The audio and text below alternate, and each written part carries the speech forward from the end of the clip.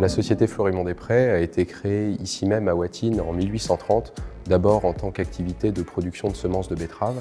Et c'est la seconde génération de la famille Desprez, avec Florimond-Desprez, qui a donné son nom à l'entreprise, qui a commencé à développer les activités de sélection de variétés de betteraves à sucre à partir de la seconde moitié du XIXe siècle.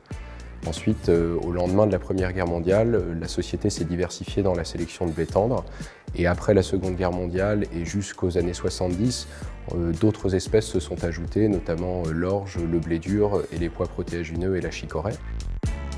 La société a ensuite poursuivi son développement de façon organique jusqu'à l'arrivée de la 5e génération, Bruno et François Desprez, qui sont aujourd'hui actionnaires de l'entreprise.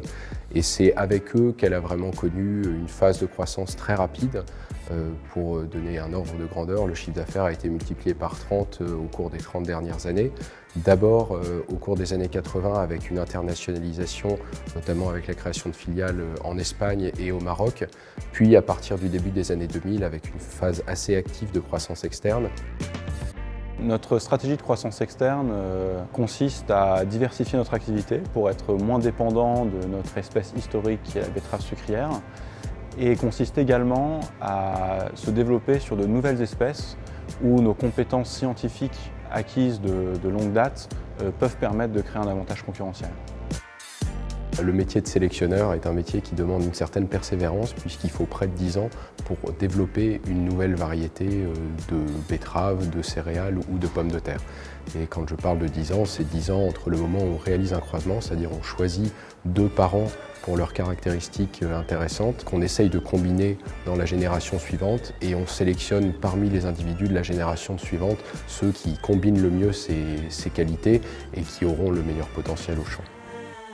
C'est un métier qui est à la fois difficile, évidemment, parce qu'il est très technique et il doit rassembler des outils qui, pour certains, sont très anciens, vraiment de ce qu'on appelle de phénotypage, donc d'observation des caractéristiques des variétés qu'on développe, et des outils beaucoup plus modernes d'analyse chimique ou d'analyse moléculaire de leur qualité, qui nécessitent un niveau technique et un niveau scientifique très élevé.